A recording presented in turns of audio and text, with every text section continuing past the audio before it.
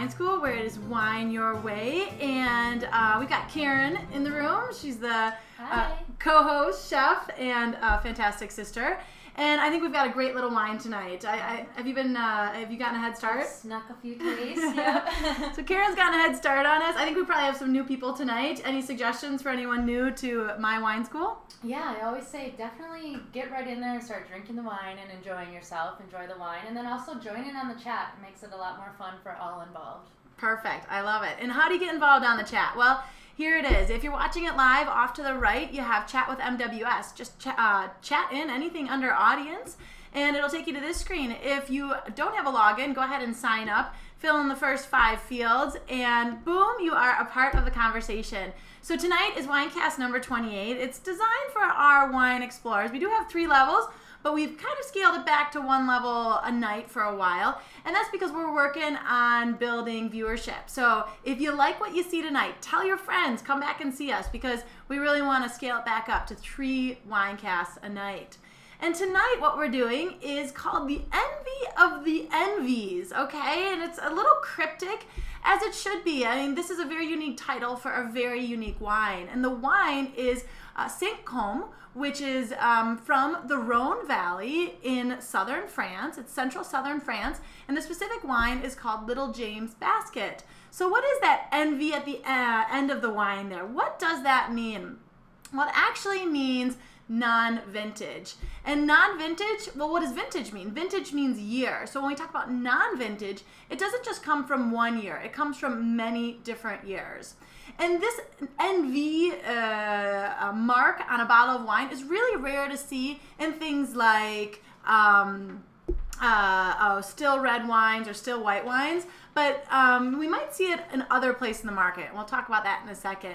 But you know what? This producer does not care about the fact that this is not normal or not middle of the road. This producer, we're going to talk a little bit more about him in just a few minutes, but he is a special guy.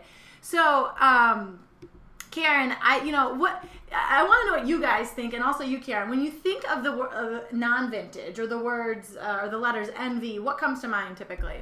Champagne. Champagne, yeah. We love our champagne. I better be feeding you more champagne. I know how to keep her here. Definitely. And Emily also mentioned champagne. Let me know if anyone else, something comes to mind when you think of NV or non-vintage.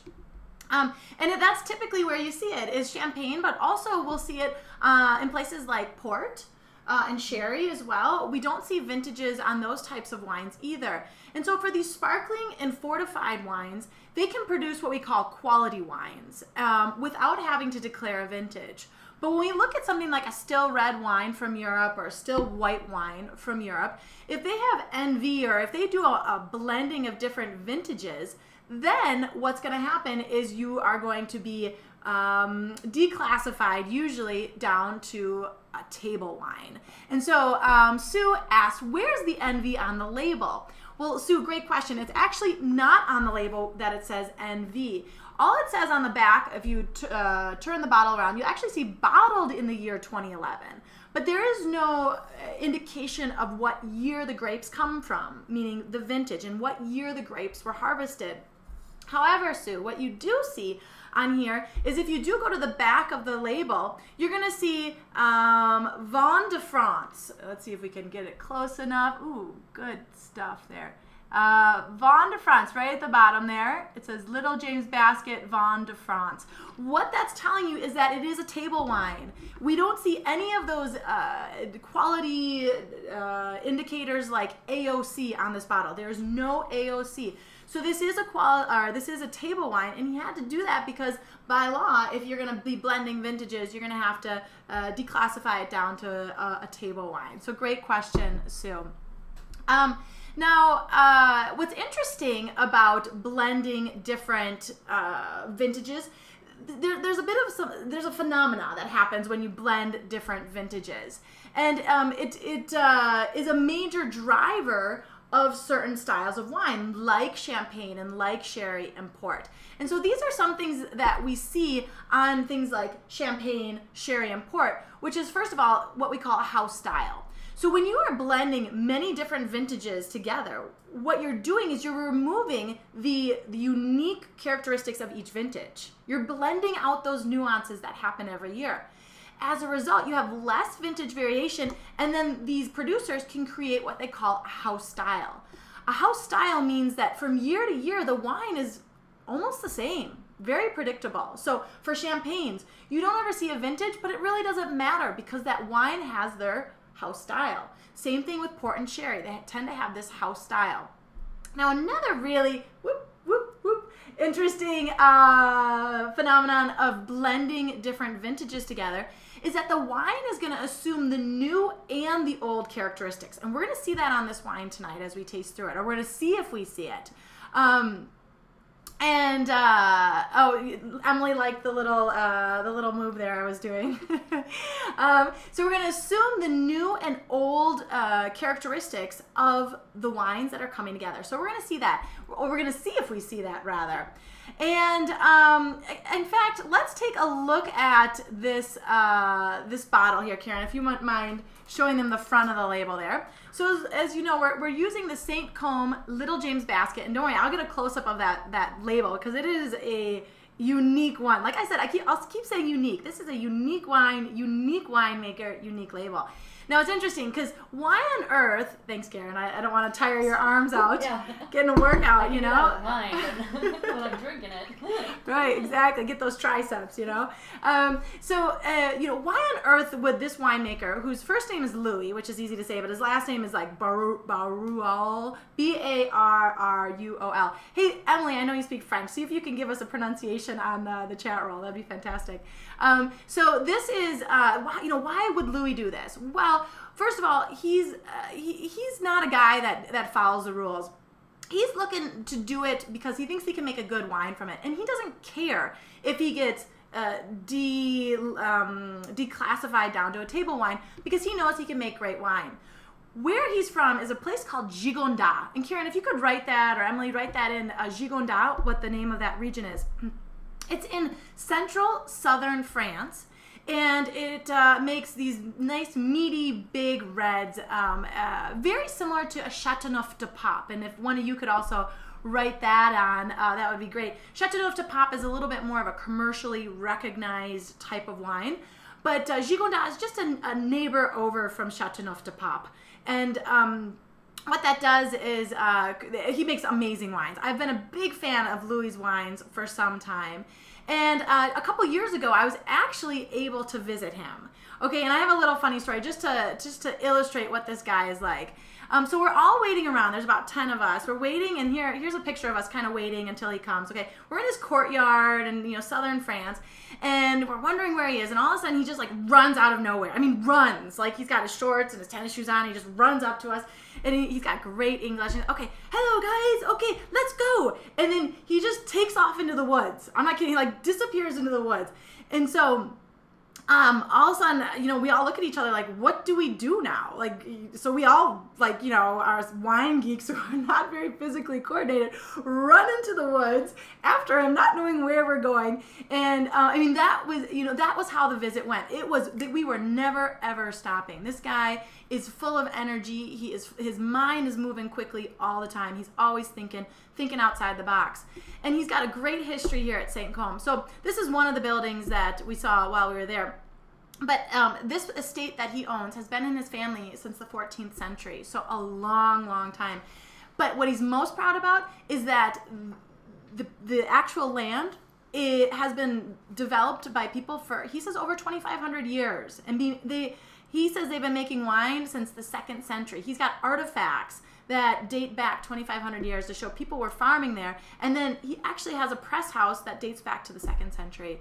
So he is just super proud of where his wine comes from, and as a result, he takes a lot of pride in what he does, and it's exciting. When we talk to someone who's passionate about what they do, they really just kind of take you away in their enthusiasm. So here, this is actually a good close-up of Louis. We were sitting there and talking about the soils, and he just grabs a big chunk of it and shows us the soils, and he's just this dynamic person. Well, like I said, he has this kind of crazy label. So let me just preface this. This is what we'll call is like table wine. I mean, literally, it's his table wine. He makes a lot of high quality wine, and this one at $13.99, $12.99, even less sometimes, will be what represents his table wine. So this label that he made, I think this is going to help us get kind of inside of his head a little, so you guys can see what kind of fun stuff's going on in this guy's head. So this is the front label of this wine. And if we get a close-up of that, okay, it says, "Welcome to my estate." And that must be little James in his like colonial outfit on top of a barrel, speaking in front of vineyards. And then he turns around and takes off his clothes and says, "Concerto in Red Grapes Major." Okay, he's almost naked, composing in front of the grapes. And then the next is "Stomping My Grapes." Okay, now he's like almost naked again in the grape juice. And then we go down this comic strip of sorts, and it says "Whoops," and he falls in. And then he says, giving Louis, who's there on the right for you, our winemaker, giving Louis a helping hand with the press. And it's, you know, he's got a huge cartoon-like hammer and just beating the beep out of that. I have my self-imposed beeps here on the show. And then we go, cool. Okay? I wish I could explain what that all means. I have no idea. On the back of the label, on the back of the bottle, all it says is that little James represents the freedom of wine, or is the wine of freedom. So maybe, you know, this label's different, not very traditional in French winemaking, and he's just showing that through his label.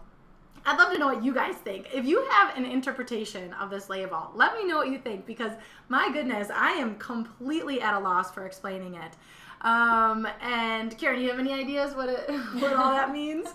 Right? I think it's pretty self-explanatory. Self-explanatory, right? Exactly. It is just kind of there. And but I'd love to hear what you guys think out there. Now, Emily came through with the pronunciation of his last name, Barul. Thank you. Good thing we got a nice Frenchie in the house tonight. So now, you know, he can make these non-vintage wines with so much confidence because he is a good winemaker, and he can make great wine and doesn't have to worry about being classified as a quality wine. But we're going to taste it and see how good we think it is. But before we do that, of course, we got to do our Wine IQ for the night, which is the wine interactive question. And that's meant to get you guys typing and having some fun with the keyboard. So what happens to a wine when it's a product of several vintages? Let's see if you remember what we just talked about. A, it's downgraded by wine bureaucrats. B, it's denigrated by wine pros. Or C, it's assimilated by the new and old wine. So take a look at that and see what you think on that one. While you're doing that, though, I'm going to talk a little bit more about this wine that we're just on the verge of tasting. The wine is going to be 100% Grenache. And Grenache is French for Garnacha. And Garnacha is Spanish for Garnacha, because Garnacha came from Spain, and so we're gonna stop the ball there. It's Garnacha. But now in France, we're gonna call it Grenache. And in this part of France, the Châteauneuf-du-Pape that you see on the chat roll and the Gigondas that Karen and Emily put up are going to be predominantly made from this grape, Grenache. Now, tune in next week, because we're going to talk about Rhone blends, or blends that come from this area. And Grenache, you're going to be one leg up, because you're going to know the information about Grenache. But we're also going to talk about other grapes like Syrah, Mourvèdre, and Cinsault. So tune in next week. There's my hook for you. So what are we seeing on Wine IQ number 1? Is anyone taking a stab at it? I think you stumped him. I stumped him. Oh, goodness, guys. Oh, good. Okay. Well, if I stumped you, that's okay. I sometimes stump myself. So, okay. But what happens to a wine when it's a product of several vintages? Well, it could be downgraded by wine bureaucrats and made into a table wine. Okay.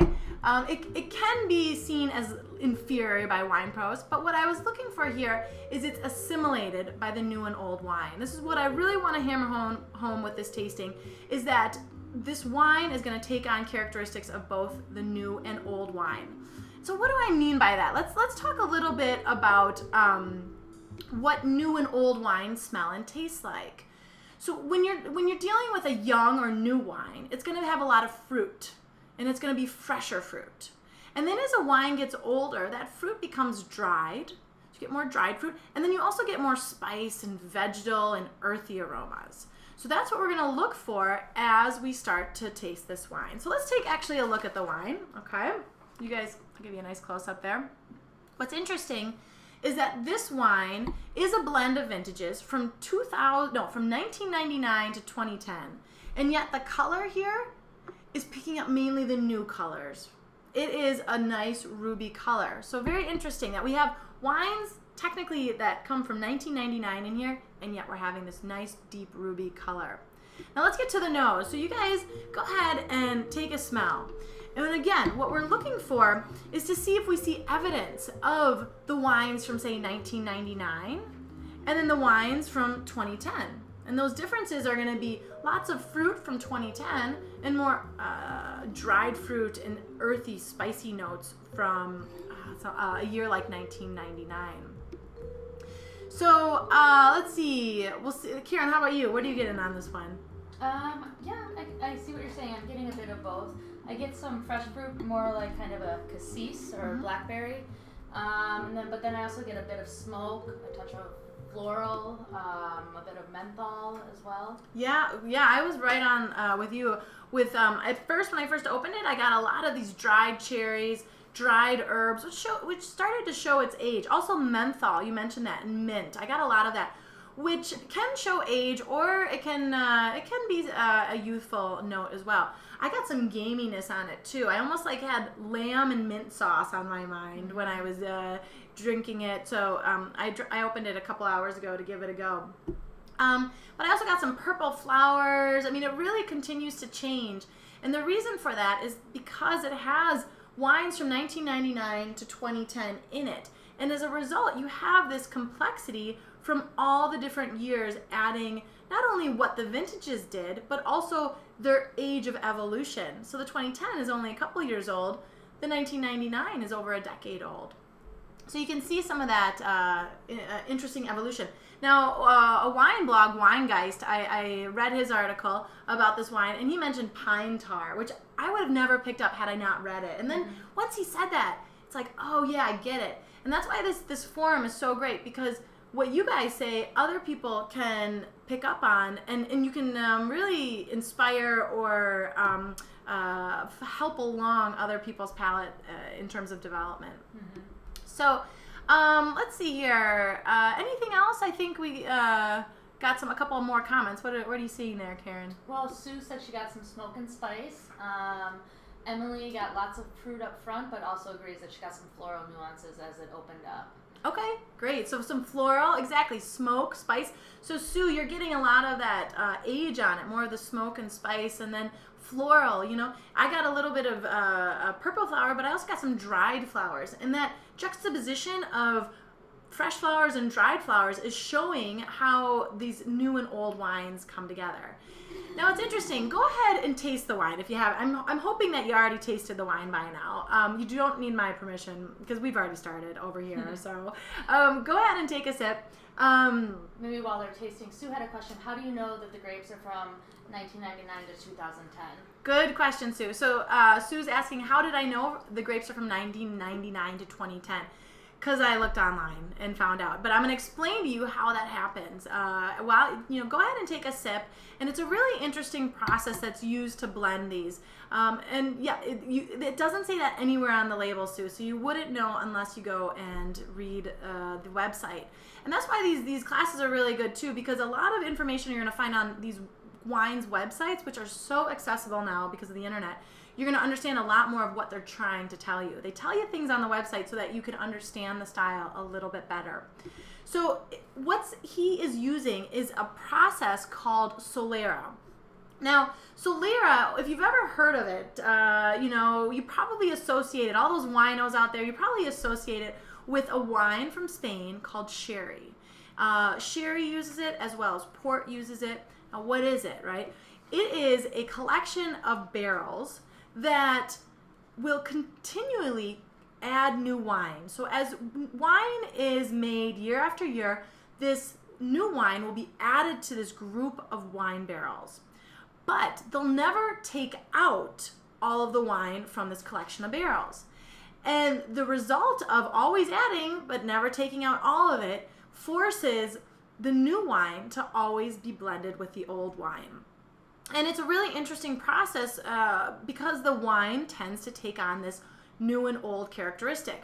As you're tasting the wine, something I want you to focus in on about what happens to an old wine is it tends to have a texture. It either goes very satiny or silky or velvety, that softening and smoothness of an aged wine is something you might pick up on this. And I want you to tune into that and tell me if you think it's got that silky smooth or the texture on this wine and what you think of it. Now let me just illustrate real quickly how this Solera works. Now I'm going to illustrate it with regards to Louis and his wines. This is our little barrel here, okay? This is his first barrel of wine in 1999. So he had a full barrel of 1999. At the end of the year, let's say, he took out a third of the barrel and he bottled it as 1999 Côte de Rhone. Well, he filled that remaining part of the barrel up with the next year's wine, which was 2000, okay? And then the next year he took out a little, but not all of it still. And he added in the next vintage, which was 2001. Now I'm doing this just with one barrel, but really this is gonna be done with a number of barrels. I'm not sure how many Louis has, but usually it can be quite a complicated system. Probably not so much for Louis as much as the Soleras in Sherry or Jerez in Spain, but it's that idea. And he did this for every year. So what we have is a barrel now that has wines going all the way from 1999 to 2010. And so you get that old and new, but also vintage variation that's kind of all playing off of each other. So I want to know what people are thinking on the palate, what they're seeing. What are you seeing, Karen?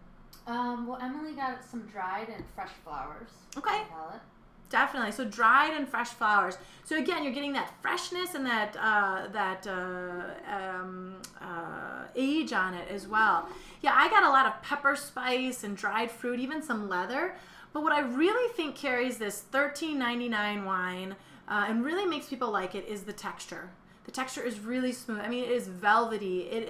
It really could win over wine drinkers who would normally not like such a wine with such an aged palate to it. It really doesn't scream fruit, and yet it's got this texture that people love. There are things about people, they love, maybe they're fruit, but they also love texture, and it can really win people over on a wine. Any other comments over there?